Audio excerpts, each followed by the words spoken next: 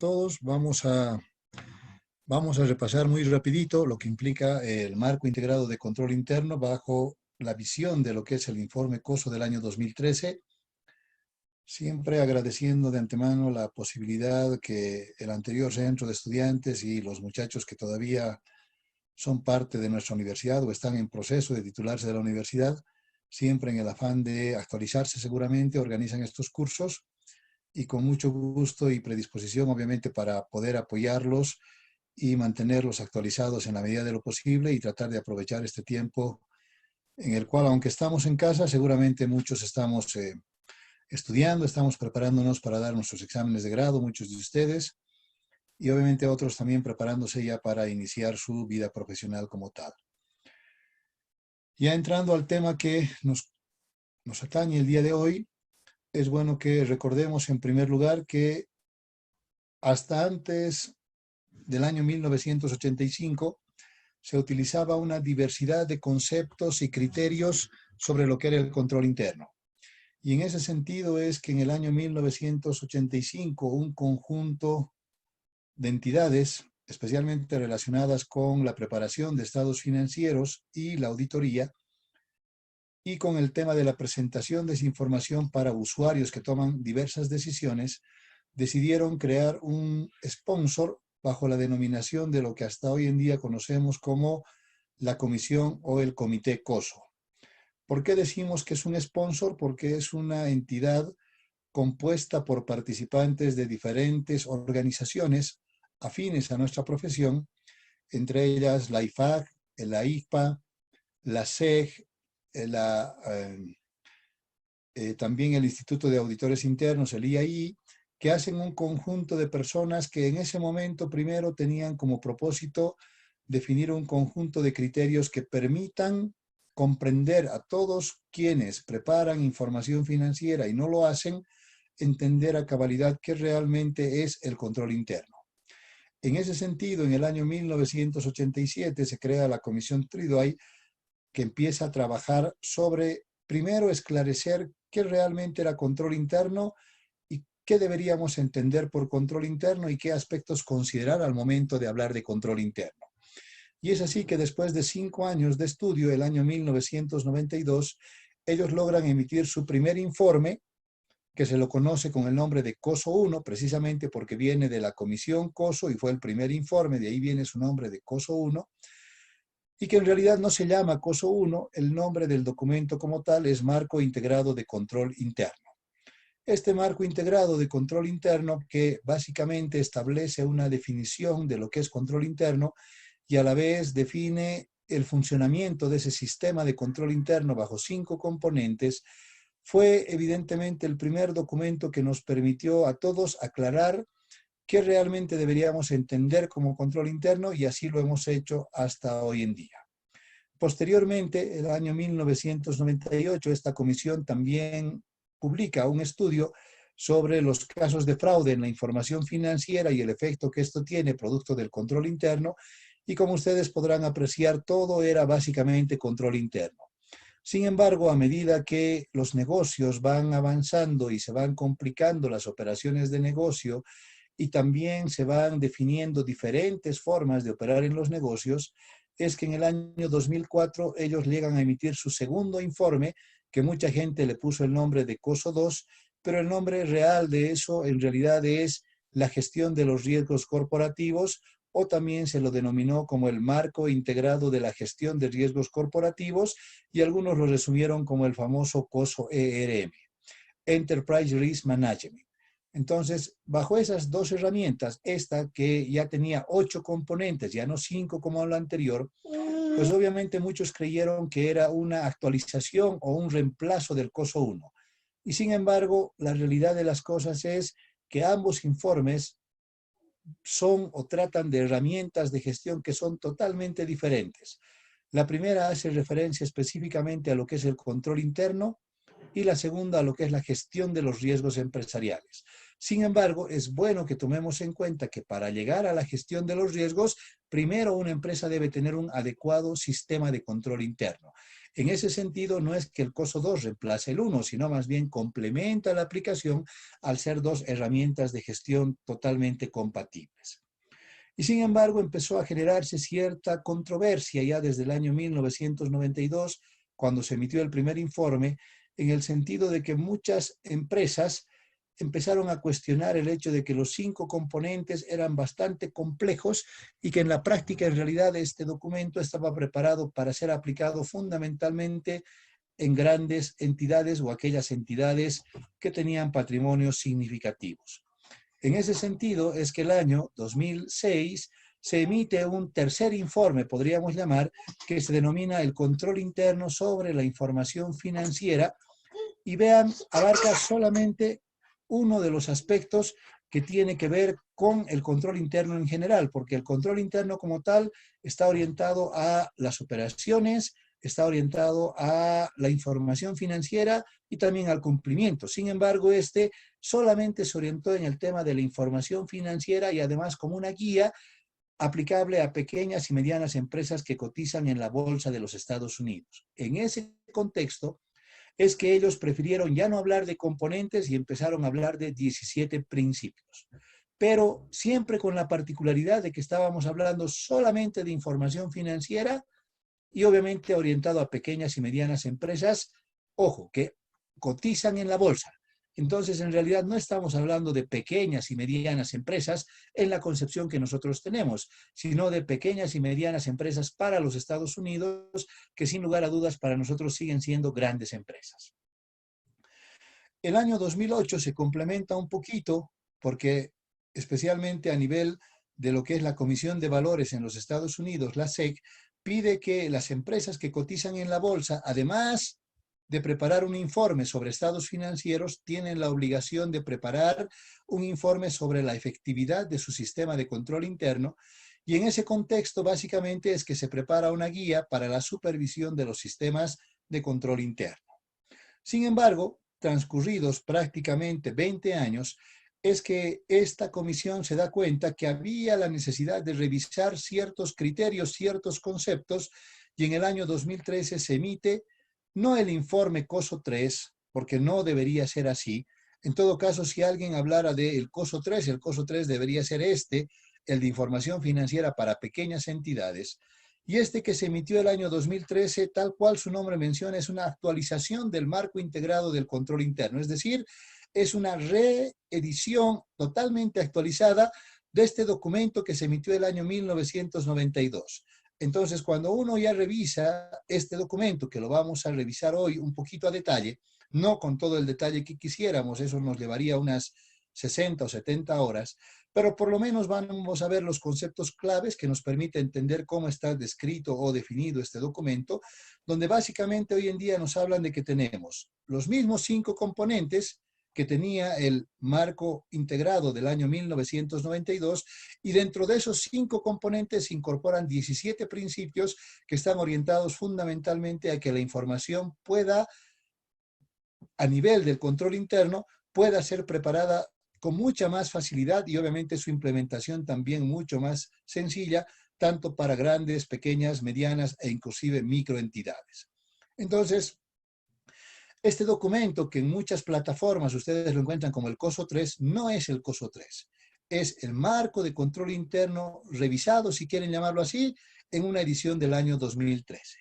Y vean, 4 años después ocurre más o menos lo mismo con el tema de la gestión de los riesgos, porque el año 2017 se emite un nuevo documento, otra vez una actualización de del 2004, donde básicamente hablamos de la alineación de los riesgos empresariales a la estrategia de negocio, y obviamente en este contexto ellos ahora definen que esta gestión de riesgos también funciona con 5 componentes que ya no son los mismos del control interno, son totalmente distintos, pero además de esos 5 componentes, hoy en día eso implica la aplicación de 20 principios.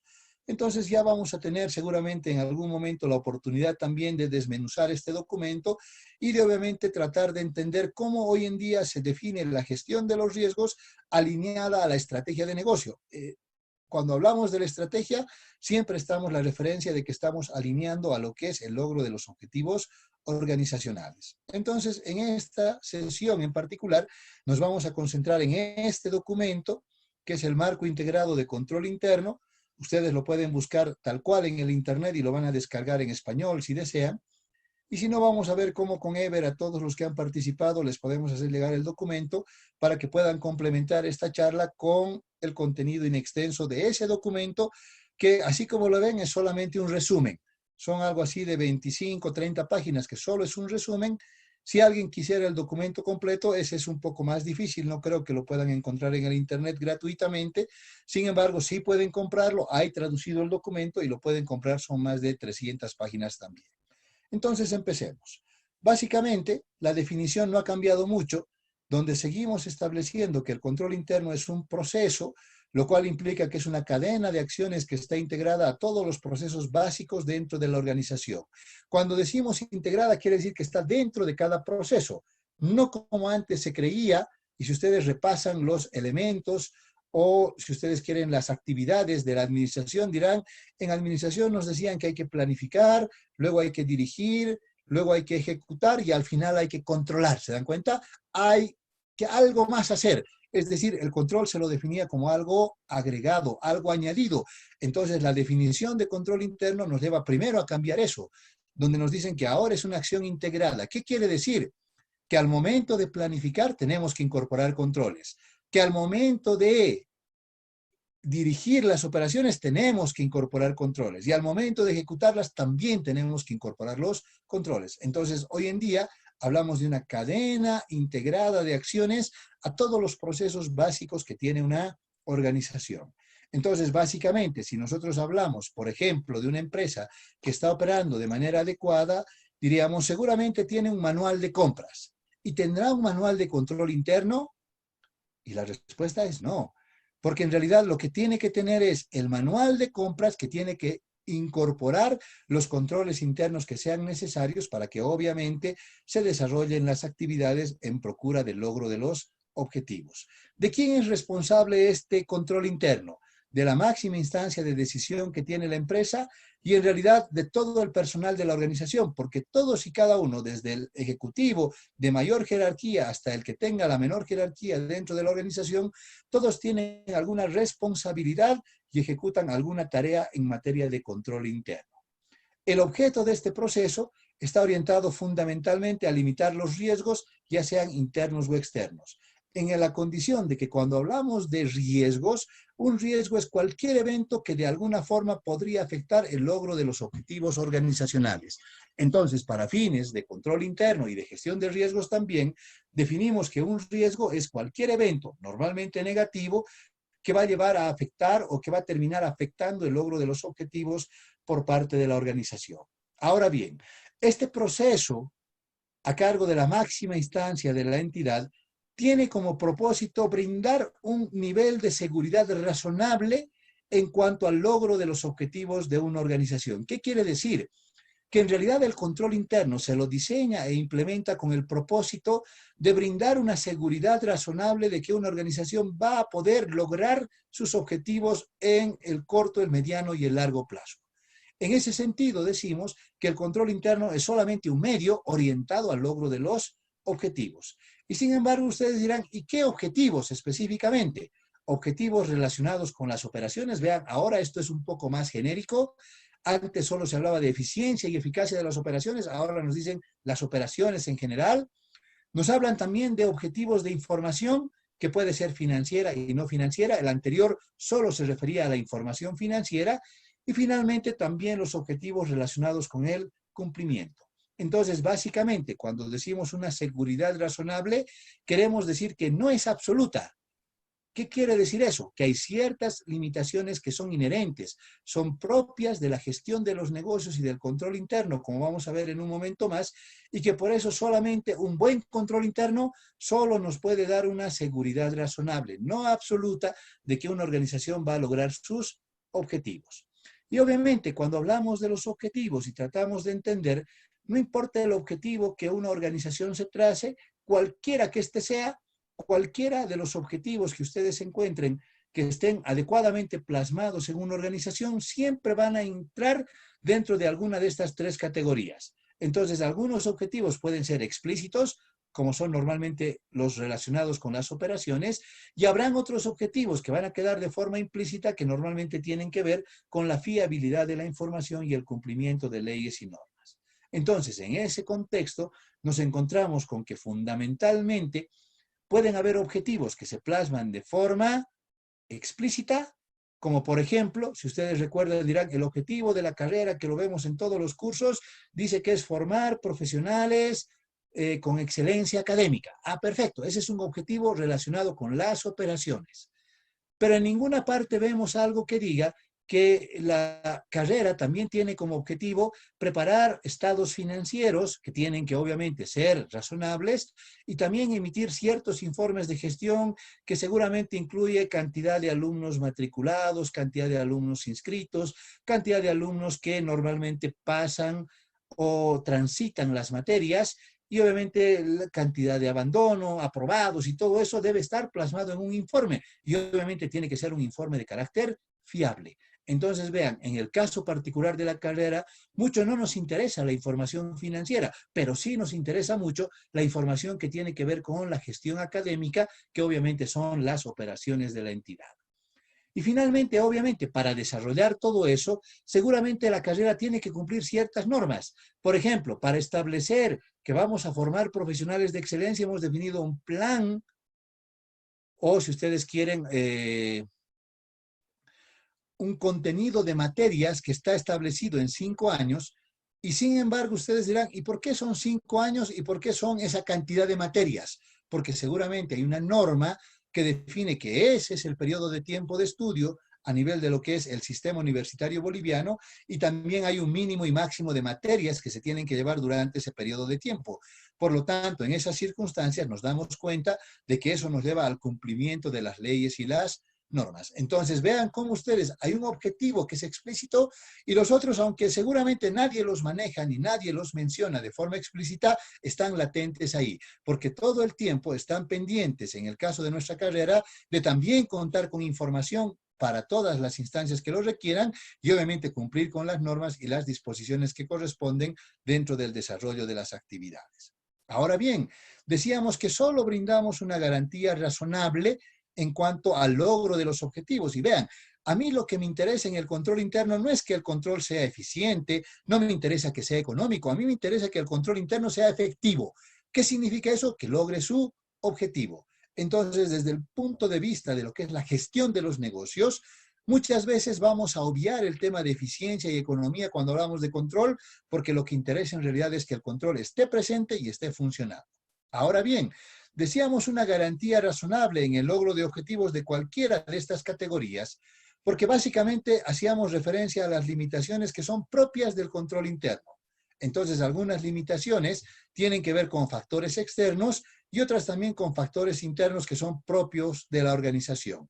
Por ejemplo, factores externos son ciertas condiciones que se generan en el entorno que normalmente van a ir a afectar el elemento fundamental que tiene que ver con las operaciones. Entonces, vean, en la coyuntura actual que estamos atravesando, nos podríamos encontrar con decir, nunca habíamos previsto que ocurra un tema de esta naturaleza, y dada que la universidad no está preparada para dictar clases virtuales, por ejemplo, las clases se suspenden hasta que la universidad se vuelva a abrir, lo cual implica que si se abre de aquí a 6, 7, 8 meses, por ahí en, no sé, junio del año 2021, vamos a estar terminando el semestre o la gestión del año 2020.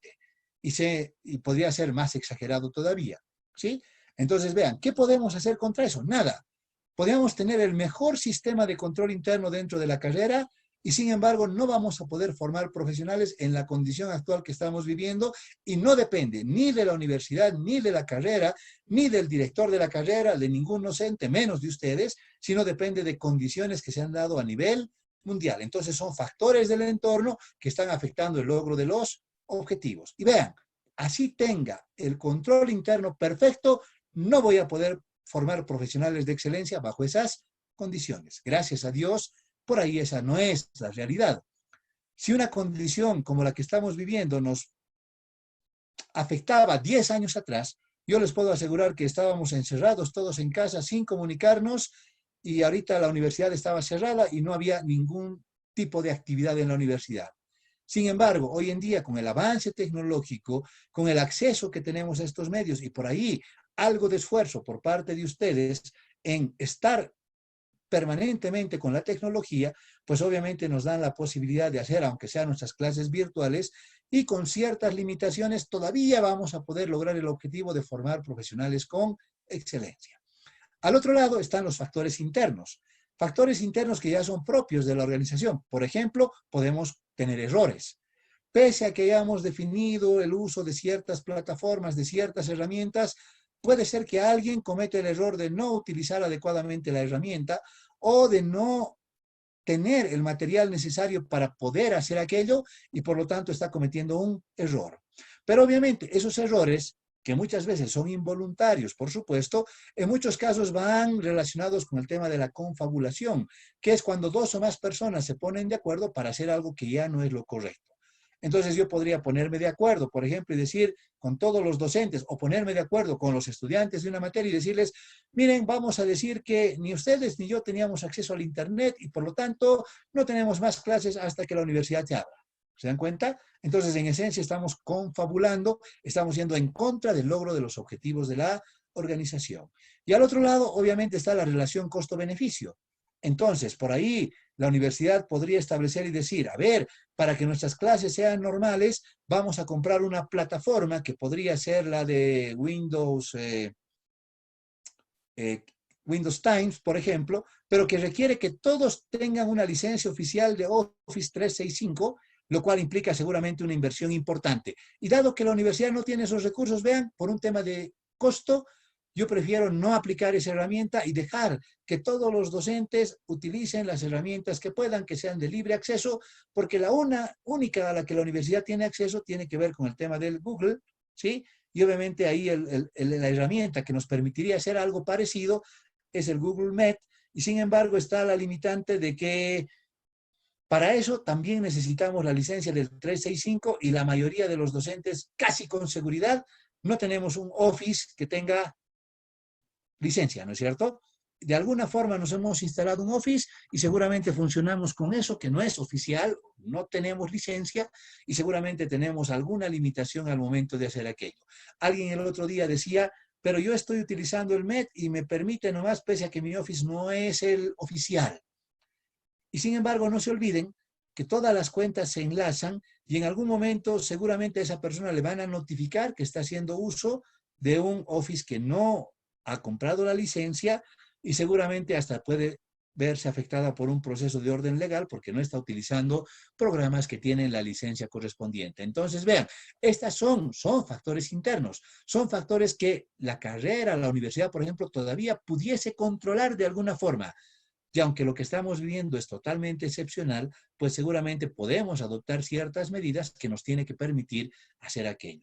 En ese sentido, por ejemplo, la semana anterior, no, hace 2 semanas ya, tanto el Consejo Universitario y luego el Consejo Facultativo, por ejemplo, establecieron que cada carrera tiene que establecer una metodología, una forma de trabajo y que lo dejan a elección de cada carrera el hecho de que las clases, aunque sean virtuales, en la medida de lo posible sean normales, lo cual implica que esto nos va a llevar, aunque así la universidad no se abra los siguientes 2 o 3 meses, nosotros deberíamos volver a la universidad tal vez en agosto, septiembre, se supone con un 70-80% de avance, solamente a terminar el avance de nuestras materias, hacer las evaluaciones y terminar nuestro calendario académico a fines de noviembre o los primeros días de diciembre. Entonces, básicamente, todo eso nos da un parámetro de que se están definiendo acciones, vean ustedes, y sin embargo no sabemos si dentro de esas acciones están necesariamente controles internos adecuados para garantizar que se estén cumpliendo y obviamente las actividades y estemos orientados al logro de los objetivos. Ahora bien, para que este proceso de control interno funcione, como decíamos, se diseñan 5 componentes, que son el ambiente de control, la evaluación de los riesgos, actividades de control, información y comunicación, que es un solo componente, y finalmente la supervisión.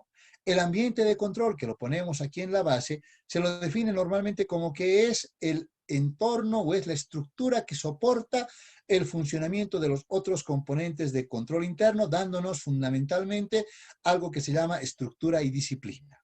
Pero ya tenemos aquí la evaluación de los riesgos, donde este componente, en primer lugar, permite identificar los riesgos y luego de identificar tenemos que evaluar los riesgos. Vean, el control interno solo llega hasta identificar y evaluar, no llega a definir qué vamos a hacer con los riesgos. Entonces, el qué vamos a hacer ya es otra herramienta de gestión que se llama la gestión de los riesgos empresariales. ¿Se dan cuenta? Entonces el control interno llega hasta cierto punto, pero luego la decisión de cómo gestionar eso ya es otra herramienta de gestión que se llama la gestión de los riesgos.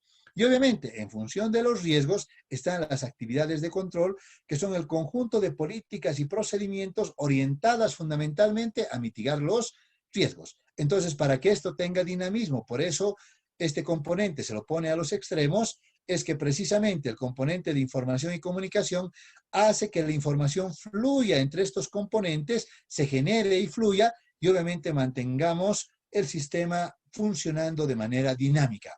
Y aquí arriba, ustedes tienen el componente de supervisión, que es el control del control interno. Por eso se dice que este es un proceso perfecto, porque en esencia hasta tiene su propia medida de control. Ahora bien, si lo vemos desde este otro punto de vista, verán ustedes, aquí tenemos los 5 componentes del control interno en un cubo, ¿sí? Donde obviamente estos abarcan los 3 objetivos que tiene una organización y donde obviamente están todas las actividades desde la entidad hasta las actividades que realiza de la forma que ustedes quieran ordenarlo. Entonces, si hacemos un corte transversal por objetivo, por ejemplo, aquí tenemos el objetivo de información financiera, donde obviamente tenemos los 5 componentes que afectan a ese objetivo. Y si lo cortamos de la otra forma, entonces tenemos que, por decirles algo, el componente de información y comunicación, obviamente ese componente tiene que estar orientado a los 3 objetivos, pero además de estar orientado a los 3 objetivos, se supone que, si ustedes ven, llega a nivel de entidad, de división, de unidad y de función e inclusive de actividad. Entonces, cuando hacemos el corte a nivel de objetivo, es lo mismo. Aquí tenemos la entidad, tenemos la división, tenemos la unidad operativa y tenemos también la función. Y si lo cortamos a nivel de componente, exactamente igualito. Aquí tenemos la entidad, la división, la unidad operativa, la función y la actividad.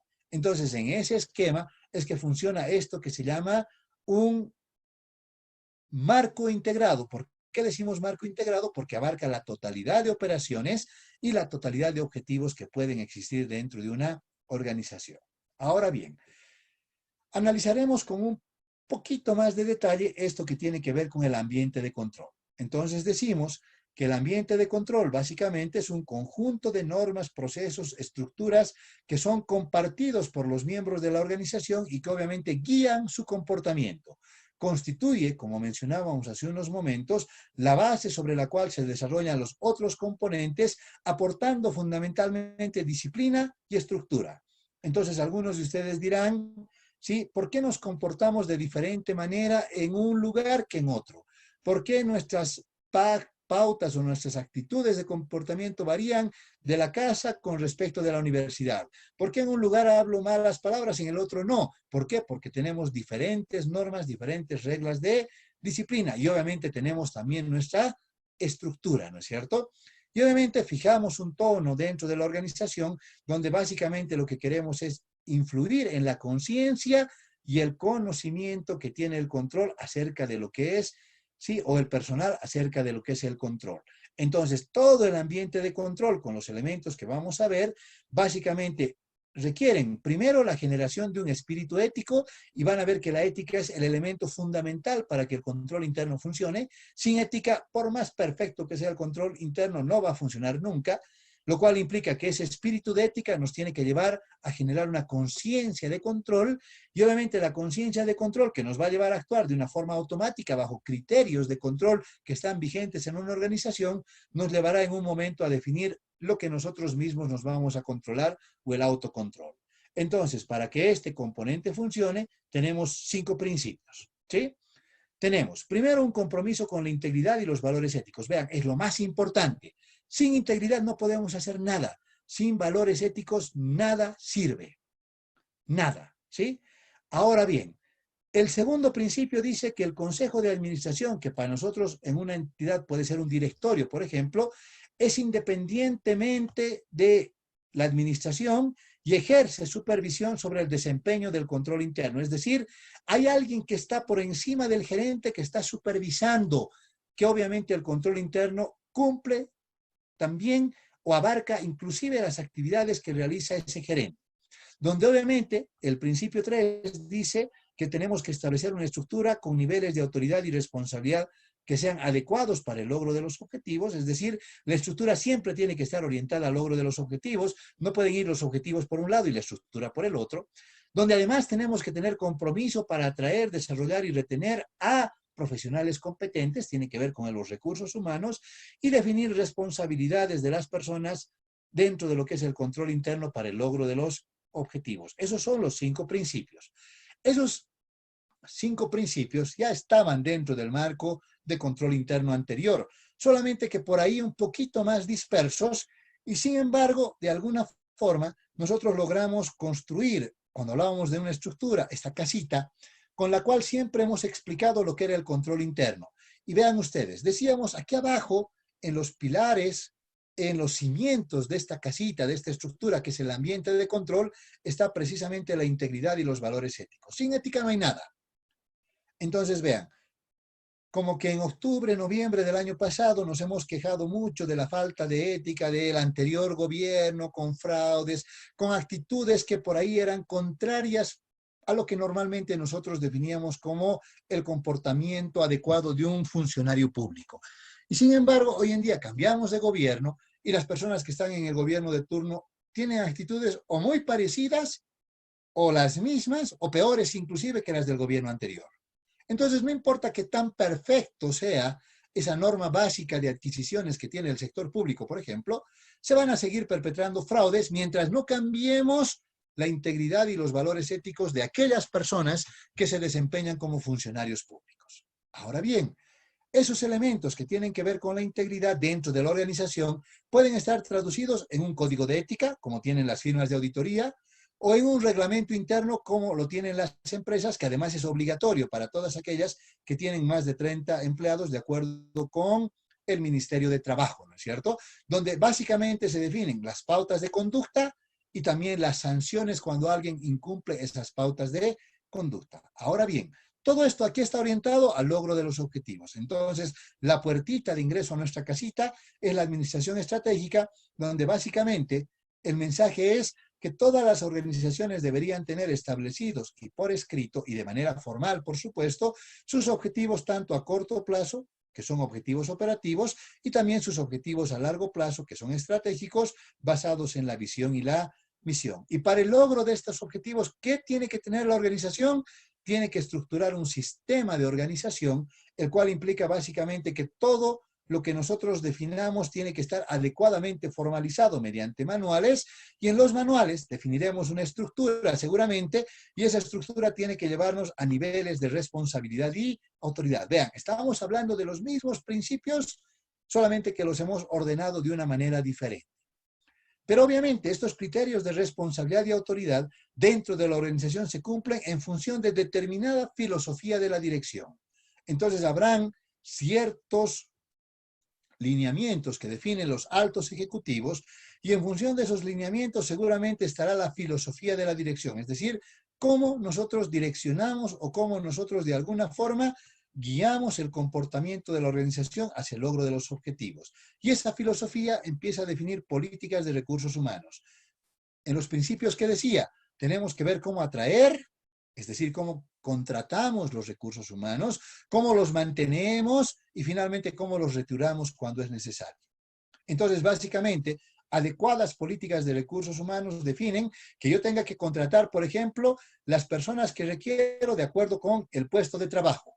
Entonces, si yo requiero un docente en la carrera de contaduría pública para que dicte la materia de auditoría de entidades financieras, seguramente tiene que ser un profesional con formación en contaduría pública, pero que además esté trabajando en una firma de auditoría para que sepa cómo se realiza o cómo se enfoca un trabajo en un tipo de entidades de esta naturaleza y obviamente tiene que tener cierta vocación para enseñar, ¿se dan cuenta? Entonces son tres requisitos que deberíamos ver para contratar a ese docente de esa materia. Pero una vez que lo tenemos, también tenemos que asegurarnos que ese docente va a estar contento dentro de nuestra carrera. Entonces definimos niveles salariales adecuados, establecemos criterios de ascensos y todas las cosas que van definiendo políticas para mantener esos recursos humanos, además, obviamente, de la capacitación. Y en algún momento también tenemos que definir políticas para retirar esos recursos humanos y decir, por ejemplo, aquellos docentes que si lleguen a cierta edad, consideramos que ya están cansados y por lo tanto deberían retirarse y dar paso a nuevos, por decirles algo. ¿Qué estamos definiendo? Una política para retirar esos recursos humanos. Pero no vamos a votar al profesor que es buen profesor y que sin embargo no se lleva bien con el director. Entonces el director prefiere otro profesor en vez de ese. La idea no es esa. La idea es tener el mejor recurso humano adecuadamente capacitado, motivado y que obviamente sepa que mientras desarrolla su trabajo adecuadamente va a ser respetado dentro de la organización. Y eso nos lleva a este otro elemento que es la competencia profesional, donde básicamente definimos que la competencia profesional nos permite, en esencia, contar con recursos humanos, con conocimientos y habilidades que son las adecuadas para cada cargo. Y hoy en día no solamente me interesa conocimientos, habilidades y experiencia, sino también me interesa otro elemento que es fundamental que tiene que ver con las actitudes. Entonces, vean ustedes, la competencia es conocimientos, habilidades, experiencia y también actitudes. Y lo último ya es propio de cada persona. Todo vean ustedes dentro de lo que implica la auditoría interna, no queriendo decir que la auditoría interna es parte del control interno, sino más bien tratando de entender el rol que tiene la auditoría interna para hacer que todos estos elementos que están aquí se cumplan. Por eso está como el techo de la casita. ¿Qué hace la auditoría interna? Protege, ¿no es cierto? Protege que todo lo que está por debajo esté funcionando de manera adecuada. Entonces tiene un rol de carácter disuasorio, dicen muchos, en temas de fraude, porque si todo funciona adecuadamente, pues el fraude no debería existir dentro de esta organización. Pero todo, vean ustedes, se desarrolla dentro de ciertos ambientes u niveles de confianza. Ni toda la confianza es buena, ni la ausencia total de confianza lo es. Entonces tenemos que buscar adecuados niveles de confianza para que todos estos elementos funcionen dentro de esto que se llama un ambiente de control. Y vamos a la evaluación de los riesgos, que decíamos es un proceso de carácter dinámico porque los riesgos todo el tiempo pueden ir cambiando. Hace 2 meses atrás, ¿quién sabía que la universidad se iba a cerrar? ¿Quién se podía imaginar que las clases iban a ser virtuales? Y si nuestra preocupación estaba en controlar la asistencia física a las clases, imagínense el desafío que tenemos ahora de controlar la asistencia virtual a nuestras clases. Mucho más complejo todavía. ¿Y cómo vamos a identificar que sean solo los alumnos de la clase? ¿Y cómo vamos a identificar a aquellos que por ahí son oyentes y que no los podemos hacer a un lado? Porque al final la universidad tiene la perspectiva de ser libre, abierta y es pública además, entonces no les podemos privar que participen y mientras obviamente las herramientas que tenemos nos permitan, pues lo seguiremos haciendo. Pero vean, eso nos ha llevado a riesgos que hace 2 meses atrás no teníamos la más remota idea de que podían existir. Entonces, básicamente, este proceso nos permite identificar primero y luego evaluar los riesgos con el propósito de que luego consideremos cómo vamos a gestionar esos riesgos, pero ya fuera del control interno, bajo otra herramienta que le hemos denominado como la gestión de los riesgos. Entonces, para que funcione esto, tenemos 4 principios. Vean, teníamos 5 en el ambiente de control, 4 más en la evaluación de los riesgos, donde primero decimos, para saber que hay un factor que afecta a los objetivos, ¿qué tenemos que tener? Primero, los objetivos tienen que estar claros. Obviamente, si no tengo definidos los objetivos, no sé qué factores podrían afectar el logro de ese objetivo, ¿no es cierto? Si no lo conozco. Luego tenemos que identificar esos factores de riesgo que podrían de alguna manera afectar el logro de los objetivos y una vez que los identificamos tenemos que analizarlos. ¿Qué significa analizarlos? Tenemos que evaluar o valorizar esos riesgos. Obviamente, dentro de esto, siempre tenemos que tomar en cuenta la probabilidad de que dentro de los riesgos hay el riesgo de fraude y obviamente tenemos que afectar el tema de que los riesgos van a ir cambiando continuamente, por lo tanto tenemos que ver cómo esos cambios afectan al sistema de control interno y cómo eso va generando nuevos riesgos. Entonces, en resumen de esto, ustedes dirán, ¿qué implica esta etapa? Que primero identificamos los riesgos, ahí tienen al señor con su lupita, ¿no es cierto? como una especie de policía buscando los riesgos, y al otro lado tienen aquí al que está levantando las pesitas queriendo medir, ¿no es cierto? Evaluar qué criterios va a considerar para poder evaluar esos riesgos, para luego todo eso transferírselo a otra herramienta que se llama la gestión de los riesgos. Entonces, cuando hablamos de identificar los riesgos, hay riesgos que son internos, propios, que están dentro de la operatoria del negocio, y hay otros riesgos que son externos que tienen que ver con las condiciones del entorno. Entonces, vean, en las condiciones actuales que estamos en la carrera, por ejemplo, alguien dirá, un riesgo, por ejemplo, podría ser el hecho de que tanto los profesores como los estudiantes no estén adecuadamente capacitados en el uso de herramientas tecnológicas para las clases virtuales. Y verdad, sí, podría ser que en el mes de marzo, cuando nos ha pillado la pandemia, nosotros no teníamos ni la más remota idea de cómo utilizar estas herramientas. No sabíamos qué era el Classroom, que había el módulo, que para interactuar teníamos el Zoom, que también podíamos utilizar el Google Meet, que podíamos utilizar el Jitsi, no sé, tantas herramientas que habían existido. Y sin embargo, vean, rápidamente nos hemos adecuado a todo eso, tanto ustedes como nosotros, y obviamente estamos ahorita ya en otra forma de educación, tratando de acomodarnos a este nuevo entorno, donde obviamente ya no hay un tema de que alguien esté controlando, ¿no es cierto? No hay el profesor que me está viendo ahí, por ahí las tareas o me las piden o no me las piden, es indistinto, pero aparece otra condición totalmente distinta, que es el tema ahora de que yo mismo me estoy controlando y estoy aprovechando mi tiempo de la mejor manera. Porque muchos de ustedes en este momento podrían haberse conectado, por ejemplo, lo dejan conectado y se van a ver la novela. Perfecto, digamos. Se perdieron la sesión, por ahí la novela es más importante, ¿no es cierto? Y sin embargo está en la conciencia de cada uno de cuánto de conocimientos quiero tener y qué tan buen profesional quiero ser en un tiempo más. Entonces, vean, las condiciones están cambiando. Ese esquema de trabajo normal que teníamos nunca más va a volver a ser el mismo y tenemos que adecuarnos a las nuevas condiciones. Entonces, vean, ese factor, por ejemplo, es interno. ¿Por qué? Porque tenía que ver con el nivel de capacitación de profesores y estudiantes. Pero aparece otro factor externo, y es el acceso, por ejemplo, a los medios tecnológicos. Y, por ejemplo, el tema es, ¿y cómo podemos hacer que todos los estudiantes y profesores tengan acceso a un nivel de Internet adecuado, a un Internet por lo menos, si ustedes quieren, aceptable? Y es un poco complicado. Entonces, seguramente, yo el otro día estaba, gracias a un amigo, estaba, por ejemplo, probando la capacidad de la banda ancha de mi Internet y no está funcionando ni al 60% de lo que se supone normalmente funciona y lo que me está costando además.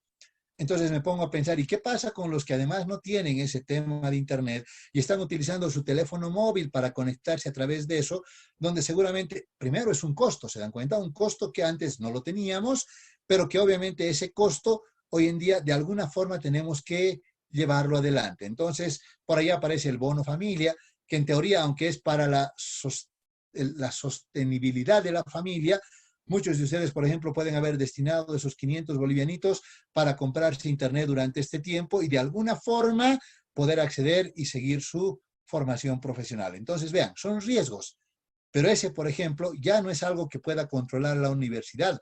Como universidad, yo nada puedo hacer para asegurar que mis profesores y estudiantes tengan acceso al Internet. Ya no es algo que esté bajo mi control, es un factor de riesgo del ambiente externo. Y una vez que hemos identificado los riesgos, ahora empezamos a evaluar esos riesgos. Entonces, para evaluar los riesgos, tomamos dos factores en cuenta. Primero, la importancia, la materialidad, la significatividad. ¿Qué tanto puede afectar ese riesgo en el logro de los objetivos? Y por el otro lado, la probabilidad de ocurrencia, es decir, qué tan seguido, qué tan continuamente puede darse ese evento y obviamente afectar el logro de los objetivos. Entonces uno se pone a pensar, ¿qué pasa si los profesores no están adecuadamente capacitados para dar clases de manera virtual? No hay forma de hacer las clases, ¿se dan cuenta? El estudiante solito no podría hacerlo. Entonces entramos con un riesgo que es significativo. Y la pregunta es, ¿y qué tan seguido puede ocurrir eso? Es decir, ¿cuántos profesores habrán de todos los docentes que tenemos en la carrera, que somos como 80, que no saben utilizar estas herramientas? Y puede ser que ahorita respondamos y digamos, no, todos ya están dentro de las herramientas, puede que les haya llevado un poquito de tiempo a algunos, sí, no importa, pero ya estamos todos dentro de las herramientas, bien, mal, no sé, y obviamente la posición que el otro día nos poníamos más o menos de acuerdo era utilizaremos la herramienta que esté a nuestro alcance y en la que más diestros seamos.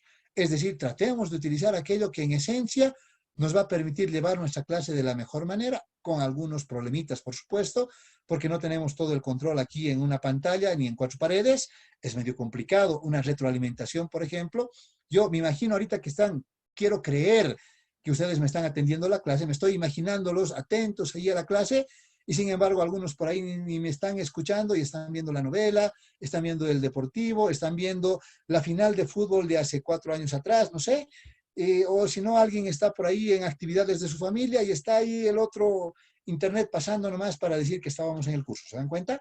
Entonces no puedo, y todo eso depende de factores que son de carácter externo. Ahora bien, al otro lado está, como decía, la probabilidad de ocurrencia. ¿Qué tan seguido puede ocurrir eso? Entonces la probabilidad puede ser remota, que eso nunca ocurre, o casi nunca, posible, que ocurre con cierta frecuencia, y lo probable, que es aquello que normalmente ocurre o ocurre con mucha más frecuencia. Entonces, cuando combinamos esos factores, llegamos a un nivel de riesgo, donde obviamente ese nivel de riesgo nos va a definir que los riesgos pueden ser altos, pueden ser moderados o pueden ser bajos. Ok, hasta ahí llegó el componente de la evaluación de los riesgos. La pregunta es, ¿y qué hacemos con los riesgos? Eso sale del control interno, y una vez que en la gestión de los riesgos deciden que van a hacer algo para mitigar el riesgo, otra vez volvemos al control interno, pero ya a otro componente que ahora se llaman las actividades de control, donde básicamente decimos que son el conjunto de acciones establecidas a través de políticas y procedimientos orientados a garantizar que las instrucciones se lleven a cabo para prevenir o detectar la materialización de los riesgos. Entonces, vean, el propósito de los controles es prevenir y detectar, no es corregir. Porque otra vez, ¿quién corrige? Corrige la gestión de una empresa. Si nosotros detectamos un error, el control interno llegó hasta detectar el error. El decidir cómo van a corregir el error ya no es un tema de control, es un tema de gestión. Otra vez, fuera del control interno. Entonces, para que esto funcione, tenemos 3 principios más. Decimos, el principio 10 habla de definir y desarrollar actividades de control para mitigar los riesgos. El 11, obviamente, miren, actividades de control no nos dice cuáles, es bien genérico. En el 11 también nos habla de definir controles generales a nivel de entidad sobre lo que es tecnología de la información. Entonces, hoy en día ya somos conscientes de que los controles no solamente son manuales, sino que una buena parte de los controles en esencia están automatizados. Y obviamente el otro nos lleva a implementar actividades de control a través de políticas que establecen lineamientos generales y también procedimientos que llevan a la práctica esas políticas. Entonces, básicamente, cuando hablamos de las actividades de control, que decíamos son un conjunto de políticas y procedimientos limitados para o desarrollados para limitar los riesgos, obviamente vamos a ver que esas actividades de control están formadas por 2 elementos. A un lado tenemos el objeto de control, es decir, aquello que quiero controlar. Al otro lado está la acción del control. Entonces, yo ahorita podría ponerme a pensar y digo, por ejemplo, yo quiero controlar que los docentes estén pasando sus clases de manera normal a partir de hoy, lunes 4 de mayo, como dice el instructivo del rectorado, de manera virtual. Ok, ese es mi objeto de control. Pregunta, ¿qué hago para controlar eso? Les voy a pedir a los docentes que me pasen una lista de las clases que han pasado y cuántos alumnos tenían, o les pregunto a los alumnos si están pasando sus clases, y al final, vean, es difícil encontrar una acción de control. Pero si nosotros tuviéramos una plataforma, por ejemplo, la carrera tuviera una licencia oficial de Zoom, donde con un correo electrónico de la universidad y de la carrera nos hubieran asignado a cada docente el uso del Zoom, ellos podrían saber cómo estoy programando mis clases, en qué horarios, cuánto tiempo paso, cuántos alumnos asisten, porque todo queda grabado dentro del Zoom y uno puede grabar todo eso. Y si tuviéramos esa plataforma y tuviéramos además, por ejemplo, un servidor importante para grabar todo, no solo podríamos dar las clases, sino las dejaríamos grabadas todas, y aquellos estudiantes que no puedan participar de una clase, incluso que entren a las grabaciones para ver las clases que no han podido asistir. Pero vean, eso implica una inversión, ¿sí? Una inversión que por ahí las universidades privadas la tienen. Nosotros somos una universidad pública, no tenemos esos recursos, estamos tratando de hacer lo que podemos con los recursos que tenemos disponibles. Ahora bien, los controles, vean, que algunos hemos dicho son preventivos. ¿Preventivos qué quiere decir? Que procuran impedir que ocurran errores, por eso son preventivos, ¿sí? Pero los controles preventivos solitos no son suficientes, también son importantes aquellos detectivos que procuran identificar los errores efectos para luego corregirlos. Entonces, entre los preventivos y los detectivos, la pregunta siempre va a ser, si yo soy el gerente de una empresa, ¿qué tipo de controles elijo? ¿Los preventivos que van a evitar los errores o los detectivos que van a ir a identificar los problemas cuando ya existan para tratar de corregirlos? Y la respuesta es, ambos tengo que tener, o sea, tengo que tener un equilibrio. Por eso está en una balancita, ¿se dan cuenta? Yo necesito ambos. ¿Por qué? Porque necesito aquellos que prevengan, pero aunque tenga los que prevengan, igual pueden ocurrir los errores. Entonces también necesito aquellos que detecten. Y para aquellos donde no tengo controles preventivos, obviamente necesito aquellos que sean de carácter detectivo. Entonces tenemos que tener un equilibrio. Y por eso es que tenemos controles preventivos y detectivos. Vean, en esta pirámide es como que la mitad, el 50% de la pirámide son detectivos, el 50% para abajo son preventivos. Ahora bien, en esta jerarquía de controles, vean, los controles preventivos normalmente son controles generales, o los generales, si ustedes quieren, son en esencia controles preventivos. ¿Cuáles son? Primero, la segregación de funciones. ¿Qué significa? Segregar funciones implica que vamos a dividir un procedimiento, una acción, entre varias personas para que exista algo que se llama control por oposición. ¿Eso qué quiere decir? Que hay una persona encargada de autorizar una transacción, tiene que haber una diferente encargada de ejecutar la transacción, otra diferente tiene que registrar la transacción, otra diferente debe custodiar los productos de la información producto de esa transacción y una última tiene que ser la responsable de aprobar la transacción. Vean, la autorización es previa, la aprobación es posterior. Entonces, todo eso, ¿dónde está? Está en una segregación de funciones. Ahora ustedes dirán, pero en una empresita pequeña yo no tengo 5 personas para una actividad. ¿Qué hacemos? Vamos a compensar la ausencia de estos controles generales, tal vez con otro tipo de controles que podrían ser directos, por ejemplo. ¿Sí? Otro control general y 100% preventivo es la salvaguarda de los activos. ¿Qué significa? Las medidas, las acciones que se asumen para proteger los activos. Entonces, ¿cómo protejo la información? ¿Cómo protejo, por ejemplo, en este momento, la fiabilidad en los cursos que se están haciendo? ¿Sí?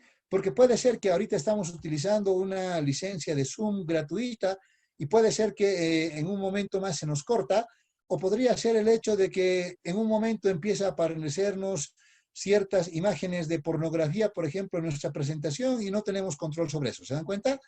Pero alguien me dirá, ¿y si yo tengo el Zoom oficial con licencia y todo? Eso no me va a aparecer. ¿A qué quiere decir? Que hemos establecido medidas preventivas para que lo que estamos haciendo obviamente evite que cometamos errores. Estamos protegiendo la información de los usuarios que participamos y obviamente también los conocimientos que estamos transmitiendo a través de estos medios. Y vean, aquí aparece algo interesante.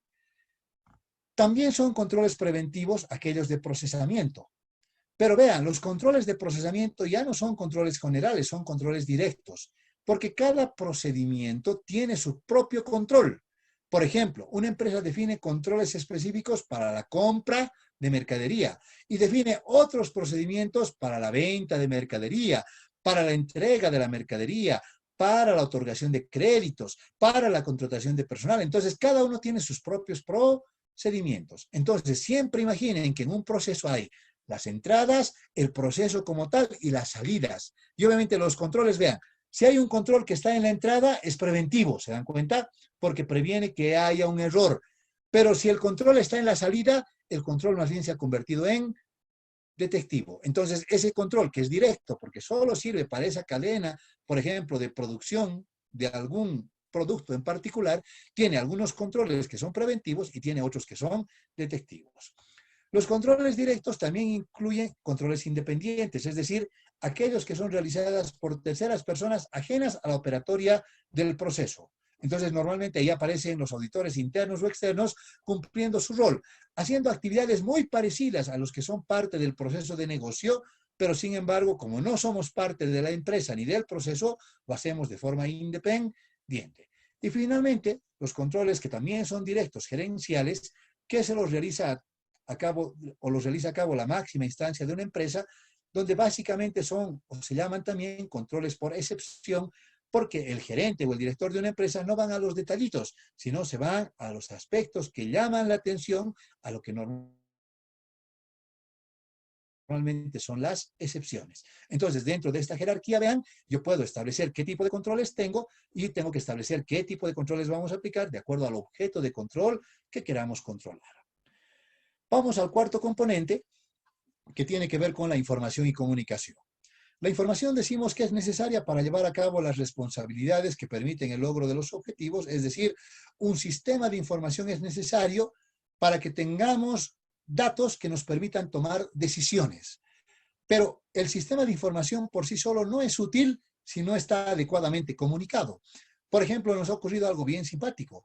Resulta que dentro de la universidad habíamos tenido un convenio con Google y a partir de eso podemos utilizar toda la plataforma de Google para hacer nuestras clases y sin embargo para eso todos docentes y estudiantes tenemos que tener o teníamos que haber tenido nuestra cuenta institucional, es decir, nuestro correo institucional con la extensión de umsa.bo. Y resulta que por ahí muchos de los estudiantes y los docentes ni siquiera sabíamos que había esa cuenta institucional, nunca nos hemos registrado, nunca la hemos utilizado y no tenemos la más remota idea ni siquiera hoy en día de cómo acceder a esa cuenta ni de cómo acceder a nuestra clave. Podría ser, ¿se dan cuenta? Entonces, así tengamos un perfecto sistema de información, si eso no ha sido adecuadamente comunicado, pues nada podemos hacer. Entonces, la información siempre viene asociada con adecuados canales de comunicación que permiten interactuar, proporcionar, compartir y obtener esa información. Ahora veamos de qué o qué principios están relacionados con este componente. Son 3 principios. Primero tenemos que obtener, generar y utilizar información relevante y que además de calidad para apoyar el funcionamiento del control interno. ¿Qué quiere decir esto? Que el sistema de información no se lo diseña para fines del control, sino que en esencia el control interno se lo define o se lo diseña para el funcionamiento de una organización. Y sin embargo, el control interno toma eso para utilizarlo para fines del control interno. Y tenemos que además comunicar esta información de forma interna y externa para obviamente generar y que los responsables puedan descargar adecuadamente sus responsabilidades en base a la información que se les proporciona. Entonces, bajo todo esto, si hablamos del sistema de información que tiene que tener una empresa, el sistema de información tiene que tener información externa del entorno, que básicamente es información no financiera sobre condicionamientos, que normalmente me permite identificar oportunidades, amenazas e impactos, pero también tengo que tener información interna, es decir, información de la organización, que ya puede ser financiera y no financiera. La información financiera es la que normalmente estamos acostumbrados nosotros como auditores o como contadores públicos, donde hablamos del presupuesto, de la contabilidad patrimonial orientada a evaluar el logro de los objetivos desde el punto de vista de los estados financieros y los presupuestos. Pero también la información no financiera es importante sobre el tema de cómo se han planificado las actividades, quiénes son los responsables, qué tipo de procedimientos existen, qué insumos se utilizan, cuáles son los productos y obviamente cuáles son los criterios que se tienen que cumplir. ¿Esto qué nos genera? Normalmente información sobre fortalezas, debilidades y compromiso. Entonces, un sistema de información integrado de una empresa debe tener información financiera, no financiera, y además tiene que ser información propia de la organización interna y también información del entorno. Pero este sistema no sirve de nada, como decíamos, si no tenemos adecuados canales de comunicación. Entonces, normalmente la organización define canales de comunicación formal que tienen que ser ascendentes, es decir, ¿sí?, de abajo hacia arriba, también los descendentes de arriba hacia abajo y los horizontales, porque no puede ser que la unidad o la gerencia de producción tenga cierto criterio, la de comercialización otro, menos hoy, por ejemplo, ¿sí? Alguien podría decirse, una empresa está vendiendo todo y resulta que su fábrica está cerrada. No puede existir eso, ¿no es cierto? O sea, ¿cómo podría vender algo si ni siquiera tengo el producto? Entonces, básicamente, esos canales pueden implicar que alguna información sea escrita, otra puede ser oral, y esta que decimos no verbal es la de gestos, por ejemplo. El otro día alguien decía, yo la veo a la señora que ayuda a dar las noticias en la gobernación de Santa Cruz, y cuando el otro día hablaba de los más de 100 casos que se generaron en el día, puso una carita que con solo verle su cara, creo que estamos rumbo a que todos nos enfermemos. ¿Se dan cuenta? Con solo la actitud, o sea, nadie le estaba leyendo las manos, es porque la señora hace lenguaje de señas, ¿no es cierto? Pero vean, las señas no son solo las manos, sino también las las muecas, las actitudes que ella demuestra en su rostro, también están transmitiendo ciertas condiciones a quienes ven las noticias. ¿Dónde está todo eso? Normalmente en las actividades de control y el ambiente. Pero también dentro de la organización hay comunicación de carácter informal, es decir, aquella que no tiene una dirección, que nace fundamentalmente de un rumor, que normalmente es oral, por supuesto, y está dentro del ambiente de control. Esta comunicación informal es la que nosotros realizamos en el día a día dentro de la organización. No es formal, ¿se dan cuenta? Y sin embargo hay que tener mucho cuidado que esta información no se convierta en un rumor, porque a medida que se convierte en rumor, empiezan a aparecer los ruidos. Entonces, cada vez que hay más ruidos, uno escucha cada vez menos claro y obviamente, cuanto menos entiendo, cada vez lo que expreso es totalmente diferente. Y en esa condición, obviamente, se va distorsionando la información. Entonces, no es que en la organización esté prohibido de que hablen entre funcionarios. Está perfecto que hablen. Y sin embargo, hay que evitar los rumores, hay que evitar los chismes dentro de la organización. Finalmente tenemos el componente de supervisión que nos sirve para determinar si cada uno de los componentes del control interno están presentes, o sea, existen, se han diseñado y se han implementado y además están funcionando adecuadamente a lo largo del tiempo. Para esto tenemos dos principios más, con lo cual completamos los 17 principios que habíamos dicho. Primero, tenemos que seleccionar, desarrollar y realizar evaluaciones continuas e independientes. ¿Qué quiere decir? Que hay dos tipos de supervisión, una continua y otra independiente y puntual. Pero además tenemos que evaluar y comunicar las deficiencias de control interno. ¿Qué quiere decir eso? Que no basta con que hagamos la supervisión, sino que los resultados de esa supervisión, cuando identifiquemos deficiencias, tienen que ser comunicadas a los responsables y tienen que adoptarse las medidas correctivas que sean necesarias para la mejora de ese proceso de control interno. Ahora, ¿qué tipo de supervisión elegimos? ¿La continua o la puntual? Y resulta que otra vez nos dicen que tenemos que tener un equilibrio. Entonces, vean, sígame con el puntero, por favor. Si yo tengo mucha supervisión continua, es decir, superviso continuamente las operaciones de la empresa, ¿cuánto de supervisión puntual requiero? Muy poquito, ¿se dan cuenta? Muy poquito. Entonces, ¿qué quiere decir? Que si tengo mucha supervisión continua, tal vez con una visita del auditor es suficiente. Ahora, si yo no superviso las operaciones, es decir, esto va para abajo, ¿qué significa? Que cada vez requiero más evaluaciones puntuales. Es decir, si no hago una supervisión continua dentro de la empresa, por ahí todo el tiempo necesito al auditor externo que esté haciendo auditorías. Entonces, lo ideal siempre es buscar un equilibrio dependiendo de cómo una empresa diseñe este proceso de supervisión, siempre para asegurar que se están logrando los objetivos y que el control interno está funcionando de manera efectiva.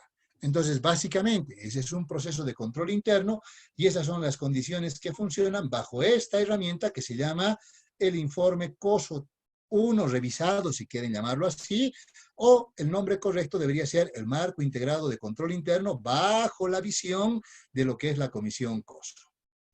Si tienen alguna pregunta. Licenciado, sí hay una consulta del compañero Jordan. Se la transmito. ¿Quién revisa y supervisa el funcionamiento del sistema de control interno en la organización? Ok, primero, ¿quién es responsable del control interno? Es la máxima instancia de decisión de una empresa. Entonces, en el caso de una entidad pública, por ejemplo, por decirles algo, el ministro es el responsable del control interno. El ministro, ¿se dan cuenta? No es el auditor interno, el externo, ni el contador, nadie, es el ministro. Si nos vamos a la universidad, pregunta, ¿de quién es responsable del control interno? ¿Quién es la máxima instancia de decisión de nuestra universidad? El señor rector. ¿Se dan cuenta? Entonces, es más, alguien dirá, ni siquiera el rector, por encima del rector está el consejo universitario. Consejo universitario. Entonces, quienes tienen la obligación de diseñar e implementar y luego supervisar que ese control interno sea efectivo a lo largo del tiempo, es precisamente el consejo universitario. Y en el caso de nuestra carrera, será pues el consejo de carrera, la máxima instancia de decisión. La segunda pregunta, ¿cuál es el riesgo de que los controles se eludan en esta coyuntura actual? El riesgo en esta coyuntura es mayor todavía del habitual, porque estamos en un entorno en el cual no estamos acostumbrados, un entorno en el cual es nuevo para todos y obviamente donde tenemos que ser bastante creativos para adecuarnos a las circunstancias actuales. Entonces, así como hay gente que está preocupada por cumplir la norma, siempre está la gente viva, ¿no es cierto?, que está preocupada en cómo hace para no cumplir la norma. Entonces, siempre que sale una norma, aparecen quienes, ¿sí? Muchos, ¿no es cierto?, preocupados, decir, ok, salió la nueva norma de impuestos, ¿qué hago para cumplirla? Y aparecen los otros, nos dicen, ok, esta nueva norma, ¿y qué hacemos para evadirla? ¿Se dan cuenta? Entonces, en ambientes donde es totalmente nuevo, la posibilidad de que se eludan los controles es mucho más amplia. La tercera ley. Si la implementación de los controles están mal incorporadas, ¿cuál sería la causa? Pueden haber diversas causas. O sea, mal implementada puede partir incluso de que esté mal diseñada.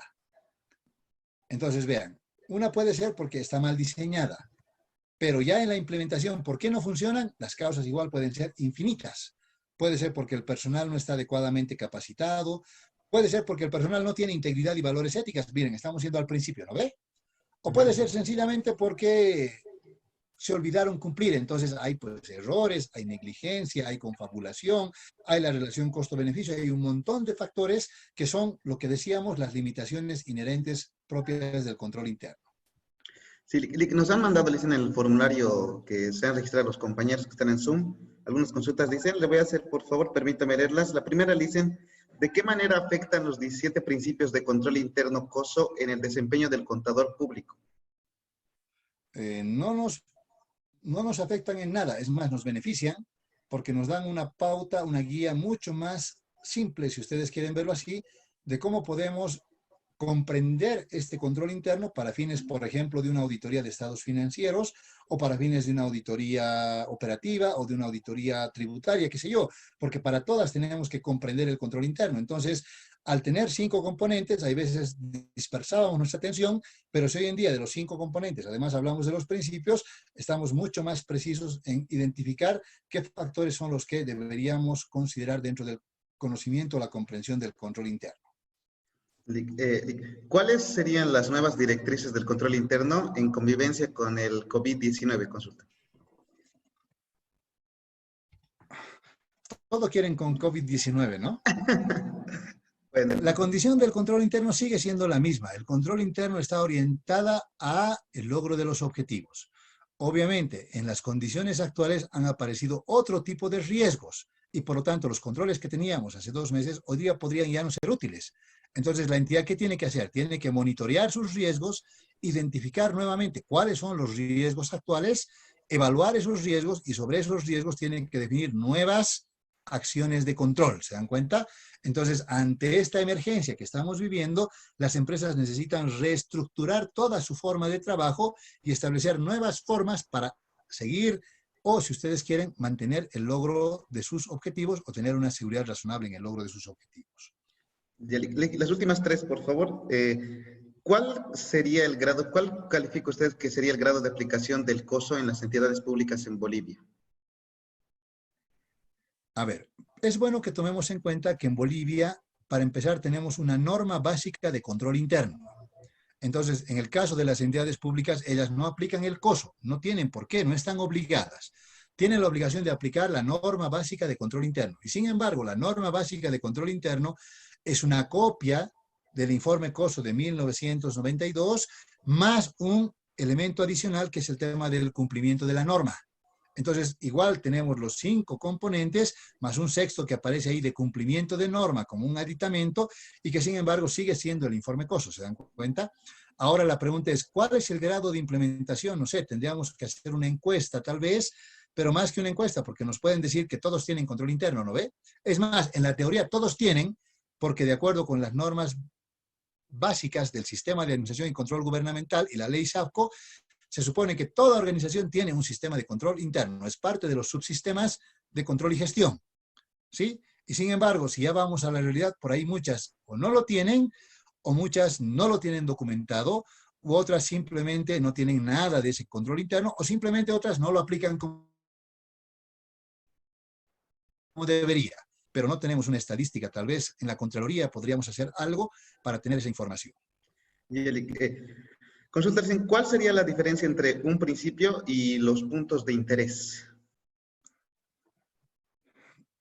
Desde el punto de vista, no sé de qué, pero a ver. Un principio es algo que está vigente y que tengo que cumplirlo. En cambio, un punto de interés más parece un objetivo. Entonces, depende mucho de cómo veamos las cosas y los términos que utilicemos, pero dentro del control interno no tengo esos conceptos definidos como para darles una diferenciación. Y la última, en Bolivia, ¿usted cree, va en relación a la anterior, ¿no? En Bolivia cree que usted existe una buena aplicación del marco integral del control interno? Yo les diría que no, porque si realmente tuviéramos un buen control interno, tendríamos funcionarios públicos con altos niveles de integridad y de ética. Y los niveles de fraude y corrupción deberían ser mínimos. Y sin embargo, ustedes mismos conocen por las noticias que se publican todos los días que todo el tiempo estamos denunciando casos de fraude, de corrupción, de nepotismo, de negligencia, qué sé yo, y todos obviamente producto de qué? De la falta de integridad y de valores éticos en quienes obviamente están dentro de la función pública.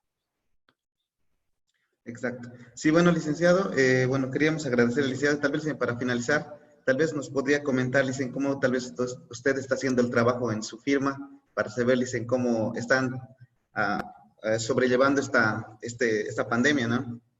A modo de comentario. Hay diferentes enfoques, hay diferentes formas. Yo no les puedo decir cuál es la mejor, pero hay cosas que no tenemos que perder de vista como auditores. Primero es el hecho de que hay varias actividades, procedimientos que nosotros se supone tenemos que hacerlo estando en el lugar para poder tomar conocimiento de eso. Entonces, por ejemplo, si me toca una empresa industrial, por decirles algo en Santa Cruz y no he podido asistir al inventario, ya tengo un problema. Un problema que tengo que ver cómo lo soluciono. O hago un procedimiento alternativo o tal vez me lleve a una limitación en mi trabajo y por lo tanto modificar mi opinión. No le puedo dar una receta, ¿sí? Ahora, hay casos donde por ahí las auditorías que teníamos eran las que terminaron a diciembre, que por ahí habíamos hasta emitido un borrador de observaciones donde solo estábamos esperando que los responsables nos contesten, hagan alguna regularización por ahí y emitan un estado financiero. Eso tal vez lo podemos hacer de forma remota y de nuestras casas, no es mucho problema, es intercambiar información. Ya no hay más pruebas que hacer, ¿se dan cuenta? Solamente comprobar que ciertas cosas fueron corregidas y finalmente, aunque no hayan sido corregidas, evaluar el impacto y si el impacto no es significativo, podemos emitir el informe sin problema. Ese es un escenario sencillo, pero en condiciones donde tendríamos que hacer pruebas, nunca se olviden que el auditor tiene que, a través de la inspección, tomar conocimiento de ciertas cosas y si no las puedo ver, es bien complicado. Por el otro lado, si yo le digo, mándame una foto, me puede mandar una foto de Dubái, ¿no es cierto? Y es el edificio enorme que tienen ahí en forma de tornillo, y resulta que voy a creer que es ese cuando ese no existe ni por si acaso en Santa Cruz. ¿Se dan cuenta? Y, entonces, hay cosas donde tengo limitaciones. Segunda, está la condición de que tampoco puedo reunirme con las personas, aunque alguien me dirá, lo puede hacer por Zoom, por ejemplo. Pero otra cosa es vernos de frente a los ojos y saber si me está mintiendo o me está diciendo la verdad. Entonces, es totalmente diferente.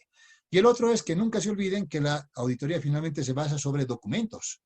Entonces, si no hago la auditoría sobre documentos que son los originales, yo no sé si los documentos que me puedan mandar escaneados, qué sé yo, van a tener el mismo valor y entonces todo eso nos lleva a que tenemos que tener un mayor escepticismo profesional. Obviamente, ese escepticismo hay que manejarlo con mucho cuidado, hay que saber en qué casos puedo confiar, en qué casos no puedo confiar, y obviamente hay que tener mucho cuidado al momento de hacer una auditoría en estos tiempos. Y sin embargo, yo les puedo asegurar que en la mayoría de los casos, las firmas de auditoría están esperando que llegue el próximo lunes para salir de sus casas y tratar de visitar a sus clientes, hacer los procedimientos que le faltan, ver los documentos originales en la medida de lo posible y tratar de terminar sus auditorías.